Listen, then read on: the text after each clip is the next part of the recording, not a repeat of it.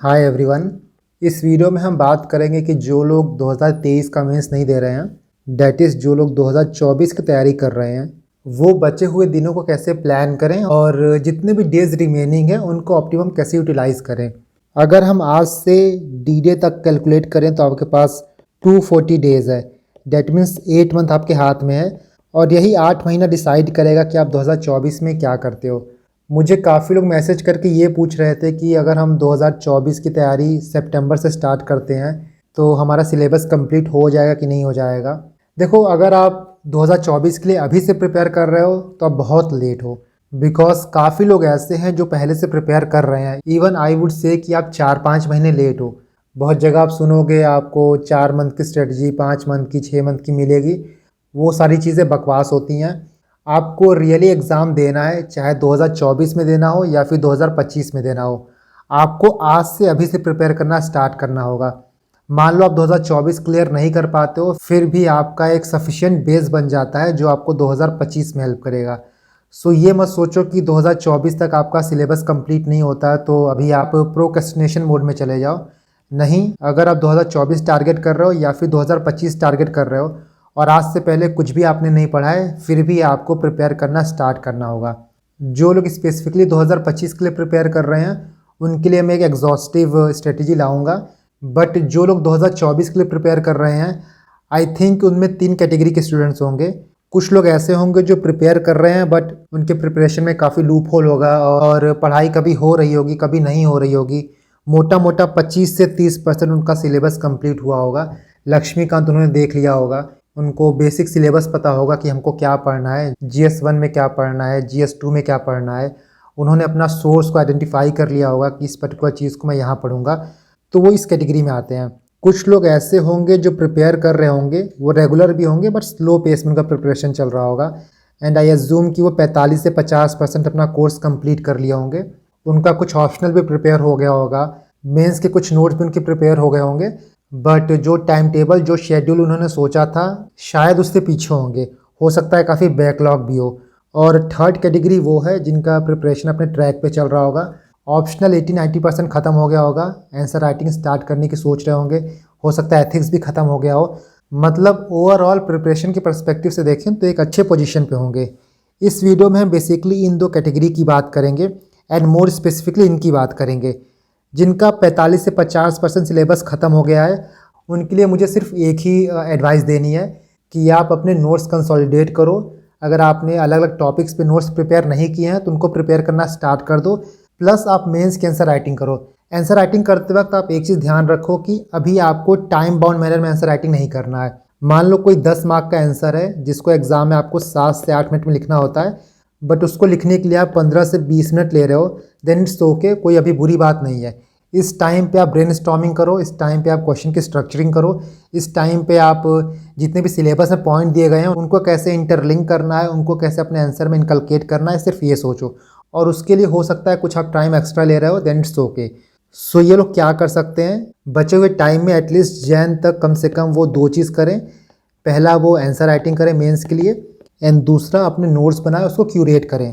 Now coming on to the category 1, and I think कि most of you अभी इसी stage में होंगे। देखो, आपके पास 8 मंथ है, उसको 2 फेज़ में डिवाइड करना है।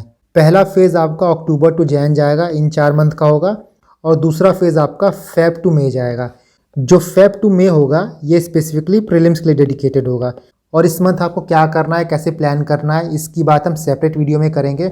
अभी आपको ये प्लान करना है कि आपको अक्टूबर टू जैन में क्या क्या चीज़ें कवर करनी है जो कि आपके लिए प्रैक्टिकल हो। इस वक्त मैं आपसे ये कहूँ कि आप GS1, GS2, GS3, GS4 optional ऐसे सब कुछ प्रिपेयर कर लो, देन इट्स नॉट पॉसिबल। वो सिर्फ कहने की बात होती है, बट जब आप प्रैक्टिकली करने बैठोगे तब आपको पता चलेगा कि इट्स नेक्स्ट टू इम्पॉसिबल। तो अभी आप ऐसा सुपरफिशियल टारगेट मत रखो। टारगेट आपका ऐसा होना चाहिए जो आप अचीव कर सको। देखो, प्रायोरिटी इस वक्त आप क्या होनी चाहिए, आपको अपना ऑप्शनल कंप्लीट करना है, GS2 कंप्लीट करना है, GS3 कंप्लीट करना है। इन 4 महीनों में ये 3 सब्जेक्ट आपकी सबसे टॉप मोस्ट प्रायोरिटी होनी चाहिए। इसके अलावा जो GS1 है, GS4 है, इसको आप बाद में कर सकते हो। इसको कैसे करना है इसकी बात हम आगे करेंगे। बट इन 4 महीनों में फ्रॉम अक्टूबर टू जैन आपका सोल फोकस होना चाहिए ऑप्शनल पे, GS2 पे एंड GS3 पे। बिकॉज जो ऑप्शनल GS2 GS3 हैं उनमें मेंस के एक्सक्लूसिव कंटेंट ज़्यादा हैं as compare to GS1 and GS4।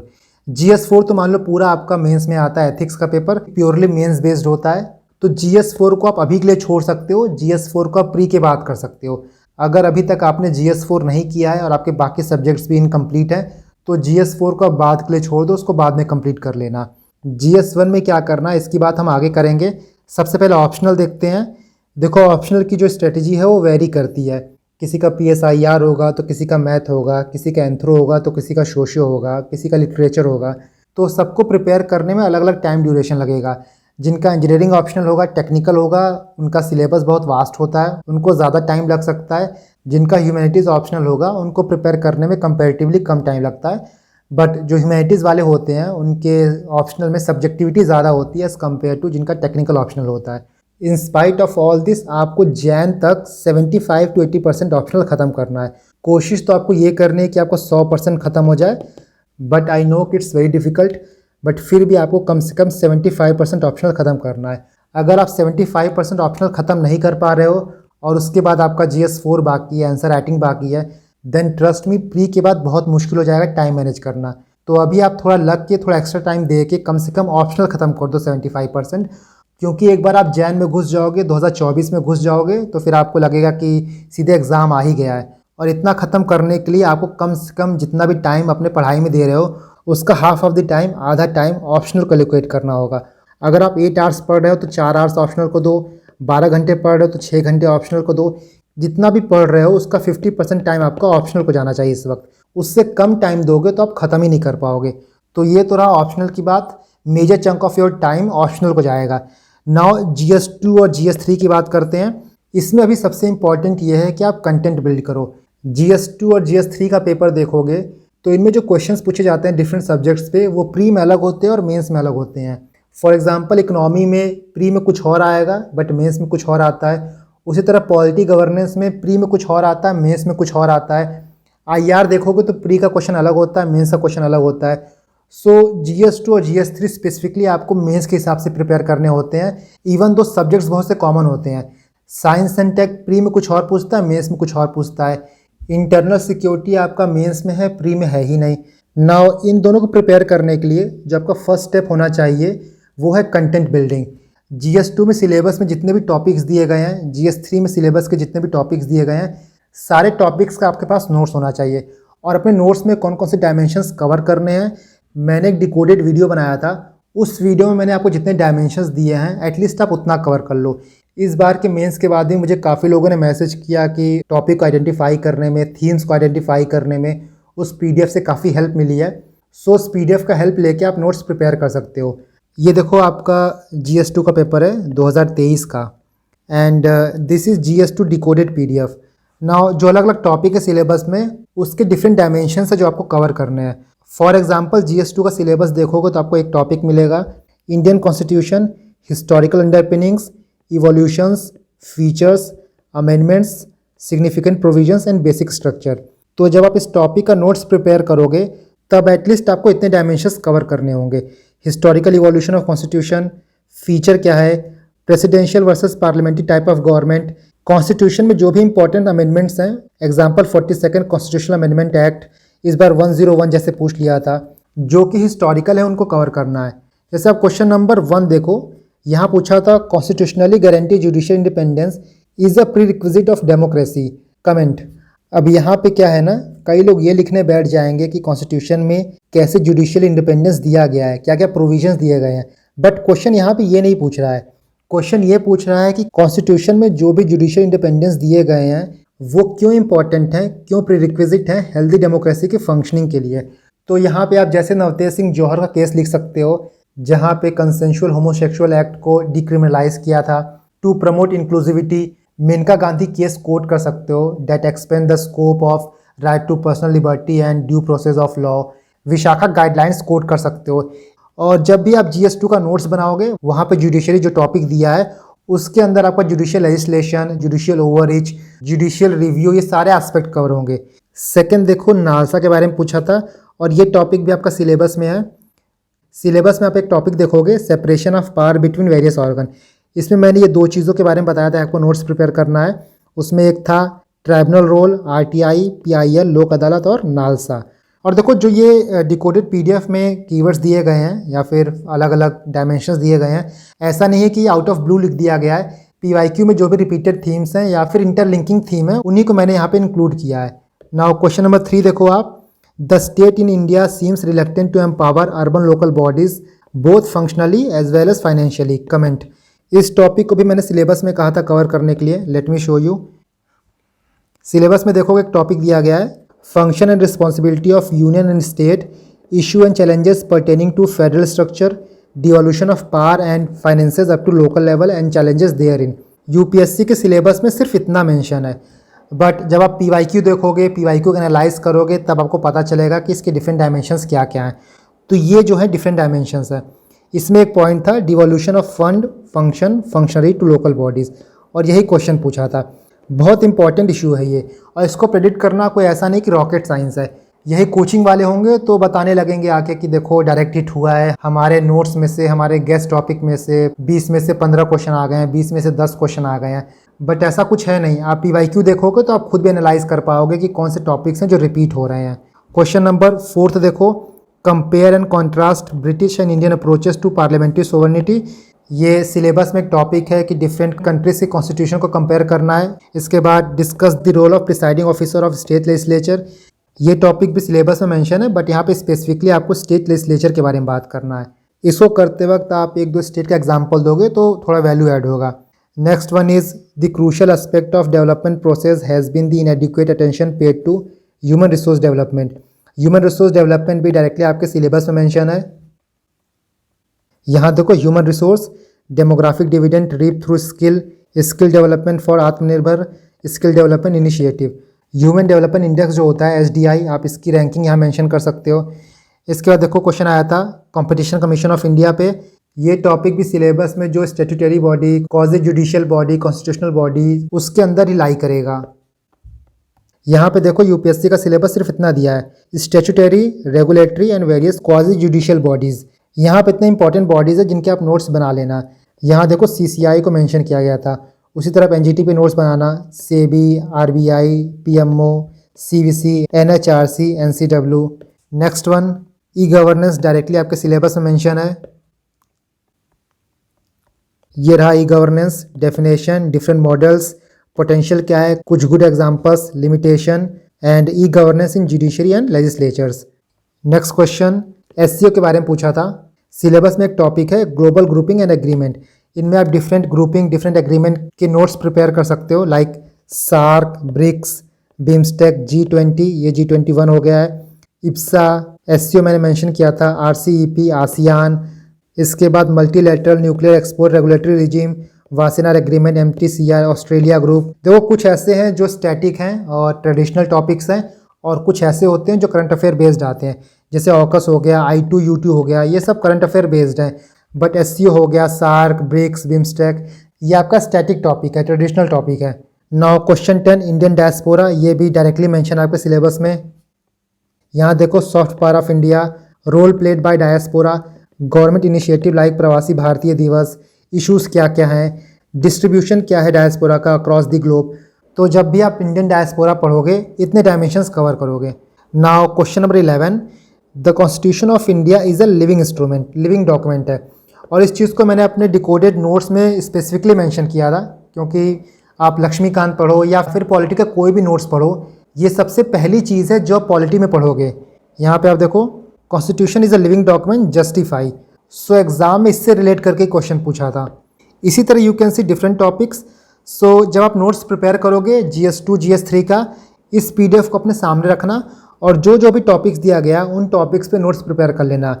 ये GS2 का डिकोडेड PDF है एंड दिस इज़ GS3। यहाँ से भी काफ़ी क्वेश्चन एग्जाम में आया था। फॉर एग्जांपल डिजिटाइजेशन पे क्वेश्चन पूछा था, क्रॉपिंग पैटर्न पे क्वेश्चन पूछा था, ई-टेक पे क्वेश्चन पूछा था, लैंड रिफॉर्म्स पे क्वेश्चन पूछा था, MSME के रोल्स के बारे में पूछा था। सो जब भी आप नोट्स प्रिपेयर करोगे, स्टैटिक पार्ट आप यहाँ से प्रिपेयर कर लेना, और जो भी एक्स्ट्रा आप करंट अफेयर में पढ़ोगे उनको ऐड करना। करंट अफेयर कहाँ से प्रिपेयर करना है, कब से कब तक करना है, इसकी बात हम आगे करेंगे। Now this is your strategy for GS2 and 3। इन 4 महीनों में from October to January at least अब GS2 और 3 के कंटेंट बिल्ड कर लेना। क्योंकि देखो आंसर राइटिंग जो है ना वो वेट कर सकता है। अभी सबसे इम्पॉर्टेंट यह है कि जितने भी टॉपिक्स हैं उनका नोट्स आपके पास हो। एक बार आपके हाथ में उसका क्यूरेटेड नोट्स रहेगा तो फिर आंसर राइटिंग करने में, अपने आंसर को स्ट्रक्चर करने में आपको बहुत प्रॉब्लम नहीं आएगी। आप answer writing between pre and mains भी कर सकते हो, क्योंकि देखो अभी आपके पास टाइम नहीं है और इस टाइम को आपको ऐसे यूटिलाइज़ करना है कि 2024 को क्रैक करने के चांसेस आपके काफ़ी बढ़ जाएं।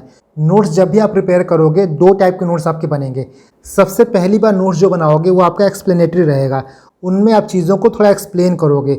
फॉर एग्जांपल जैसे देखो ये GS3 में लैंड रिफॉर्म से एक टॉपिक है, उसका ये नोट्स है। ये टोटल 4 पेज का नोट्स है। मैं इस नोट्स को अपने टेलीग्राम पर अपलोड कर दूंगा, आप इसको डाउनलोड कर लेना।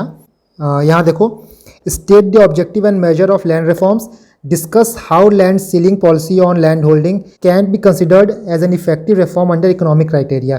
तो पहले आपका ऑब्जेक्टिव पूछा है, मेजर पूछा लैंड रिफॉर्म का, उसके बाद लैंड सीलिंग के बारे में पूछा है। यहाँ देखो पहले फेजेस बता दिया गया है, उसके बाद क्या इम्पैक्ट था, ज़मींदारी एबॉलिशन उसका क्या इम्पैक्ट हुआ था, उसके बाद टेनेंसी रिफॉर्म लाया गया था, क्या वीकनेसेस था, and after that land ceiling. तो यही लैंड सीलिंग एग्जाम में पूछा था। नाउ जो ये नोट्स है ना वो थोड़ा डिटेल्ड है। ऐसे नोट्स आपके तब बनेंगे जब आप पहली बार नोट्स बना रहे हो। जब आप इसको सेकंड या थर्ड टाइम रेफर करोगे तब आप माइक्रो नोट्स रेफर करना। इसी नोट्स को आपको आधे या एक पेज में कन्वर्ट कर लेना है। कैसे कन्वर्ट करोगे, तो लैंड रिफॉर्म का जो कीवर्ड्स है सिर्फ उनको आपको रेफर करना है। अब देखो टाइम आपके पास बहुत ज़्यादा नहीं है, तो ऐसा नहीं कि माइक्रो नोट्स आप अलग से बनाओ, आप इसी डॉक्यूमेंट में चीज़ों को हाईलाइट कर सकते हो। उन कीवर्ड्स को आपको हाईलाइट करना है जिनको सिर्फ एक बार देख के आपको पूरा कंटेंट याद आ जाए। तो GS2 और 3 के लिए इन 4 महीनों में आपको यही करना है। जो भी डिकोडेड PDF में टॉपिक दिए गए उनको नोट्स प्रिपेयर करने हैं और आंसर राइटिंग अभी आप बाद में करना। PYQ एनालिसिस बहुत इंपॉर्टेंट है। मान लो आप GS2 पढ़ रहे हो, GS2 के नोट्स बना रहे हो, तो पहले आप ये देख लो कि गवर्नेंस में, सोशल जस्टिस में, PYQ में कैसे क्वेश्चंस पूछे गए हैं। एक बार आप ये चीज़ नोट्स बनाने के पहले करोगे, उसके बाद जब आपका नोट्स प्रिपेयर हो जाएगा फिर आप क्वेश्चन देखना और अपने मन में ही आंसर फॉर्म करने की प्रैक्टिस करना। भले ही आप पूरा आंसर मत लिखो, बट आंसर को फॉर्म करना, आंसर को स्ट्रक्चर करना आप स्टार्ट कर देना। नाउ करंट अफेयर में देखो क्या करना है। करंट अफेयर जो है ना वो सबसे बड़ा लाई है, सबसे बड़ा मिथ है जो कोचिंग इंडस्ट्री आपको सेल करती है, आपको बताती है। मैं ऐसा क्यों बोल रहा हूँ इस पर मैं एक सेपरेट वीडियो लाऊंगा, but for the time being आप एक चीज़ समझ लो कि स्टैटिक इज़ द किंग। अगर आपका स्टैटिक सिलेबस पर अच्छा कमांड है तो आपको प्री में या फिर मेंस में दोनों में बहुत प्रॉब्लम नहीं होगा। आजकल क्या होने लगा है कि करंट अफेयर का इतना ज़्यादा फोमो हो गया है कि लोग स्टैटिक पोर्शन को पूरा इग्नोर करते हैं और मैक्सिमम टाइम अपना सिर्फ करंट अफेयर को देते हैं। तो देखो बिल्कुल ऐसा करना नहीं है। जो आपकी मेजर एनर्जी है वो स्टैटिक पोर्शन में जाना चाहिए, उसके बाद आप करंट अफेयर सप्लीमेंट कर सकते हो। 60 to 70% आप स्टैटिक सब्जेक्ट को प्रिपेयर करने में दो, बाकी 30% एनर्जी आपको करंट अफेयर के लिए एलोकेट करनी है। करंट अफेयर आपके 2 रिसोर्सेज से होंगे, एक आपका मंथली PDF हो गया, दूसरा न्यूज़पेपर हो गया। प्रीलिम्स और मेंस में जो करंट अफेयर आता है ना, दोनों अलग अलग आता है। मेंस का जो करंट अफेयर होता है वो इशू बेस्ड होता है, वहाँ पे फैक्ट नहीं पूछा जाएगा, बट प्री में आपसे फैक्ट पूछा जाता है। तो दोनों को प्रिपेयर करने का तरीका, दोनों को प्रिपेयर करने का ड्यूरेशन वो भी थोड़ा अलग होता है। जो बेसिक चीज़ है, जो कॉमन चीज़ है वो आपको ये करना है कि अगस्त से लेके मार्च, अगस्त 2023 टू मार्च 2024 इतना आपको मंथली मैगजीन पढ़ना है। विजन का या फिर फोरम का या फिर ओनली IS, जो भी आपको अच्छा लगे, जिसकी भी मंथली मैगजीन आप फॉलो करना चाहो फॉलो कर सकते हो फ्रॉम अगस्त टू मार्च, क्योंकि इसके पहले का मंथली मैगजीन आप फॉलो नहीं कर सकते हो, इतना टाइम आपके पास नहीं है। अभी सितंबर चल रहा है तो डैट मीन्स अक्टूबर में सितंबर की मैगजीन आएगी। डैट मीन्स आपके पास सिर्फ 1 मंथ का बैकलॉग है, डैट इज़ अगस्त की मैगजीन, उसको आप कंप्लीट कर लेना। न्यूज़पेपर में देखो आपको सिर्फ एडिटोरियल्स पढ़ना है, बाकी न्यूज़पेपर आप सिर्फ ग्लांस थ्रू कर सकते हो। जब भी आप एडिटोरियल्स पढ़ोगे तो मेक श्योर करना कि शॉर्ट नोट्स उसके प्रिपेयर कर लेना। बिना शॉर्ट नोट्स प्रिपेयर कर रहे एडिटोरियल्स का बहुत ज़्यादा फ़ायदा होता नहीं है। एग्ज़ाम में जाके, मेंस में जाके आपको कॉन्क्रीट पॉइंट लिखने होते हैं। सिर्फ आप चीज़ें ऊपर ऊपर से पढ़े रहोगे, उसको बार बार रिवाइज़ नहीं कर पाओगे, तो एग्ज़ाम में जाके उसको रिप्रोड्यूस नहीं कर पाओगे। मेंस के एग्ज़ाम में आप वही चीज़ रिप्रोड्यूस कर सकते हो जो चीज़ आपकी मेमोरी में इनग्रेन्ड होता है। देखो नोट्स कैसे प्रिपेयर करना है। ये 7 सितंबर का एक एडिटोरियल है, and overall the criminal law bill and the big picture. ये पूरा एडिटोरियल्स आप सिर्फ इतने में ही कंक्लूड कर सकते हो। जो भी मेजर पॉइंट्स हैं, जो भी की पॉइंट्स हैं, सिर्फ आपको उतना ही लिखना है। इसी तरह का एग्जांपल और देखो, ये भी आपका 9 सितंबर को शायद आया था, अ लिविंग डॉक्यूमेंट। यहाँ पे कॉन्स्टिट्यूशन की बात कर रहा है और सेम क्वेश्चन देखोगे तो मेंस में पूछा गया था। That is why I would say कि एडिटोरियल्स जो भी आप पढ़ो उसका एक शॉर्ट नोट्स प्रिपेयर कर लेना, ताकि उस चीज़ को जाकर आप एक्चुअली एग्जाम में यूज़ कर पाओ। सिर्फ पढ़ने के लिए आपको न्यूज़पेपर नहीं पढ़ना होता। So this should be your newspaper strategy. Now देखो जो मेंस है ना उनमें, तो इसके लिए आप अगस्त से लेके मार्च तक मंथली पढ़ना। इसके बाद प्री के बाद जो मेन 365 आता है विजन का, उसको यूज़ करके आप बाकी जो मेन का करंट अफेयर है उसको कंप्लीट कर सकते हो। ये आपका मेंस के लिए रहा। प्री के लिए देखो आपको क्या करना है, अगस्त से लेके मार्च तक आप मंथली पढ़ोगे। मार्च के बाद PT 365 आता है, इसको कवर कर लेना। अब देखो ये कितना इफेक्टिव है कितना इनइफेक्टिव है ये डिस्कशन की बात है। आप चाहे विजन से करो, फोरम से करो, ओनली IS से करो, इनसाइट से करो, कहीं से भी करना हो कर लेना, बट एक ईयरली कंपाइलेशन आप पढ़ लेना। जो यहाँ PT पढ़ोगे वो आपका जून 2023 से लेके फेब तक कवर करेगा।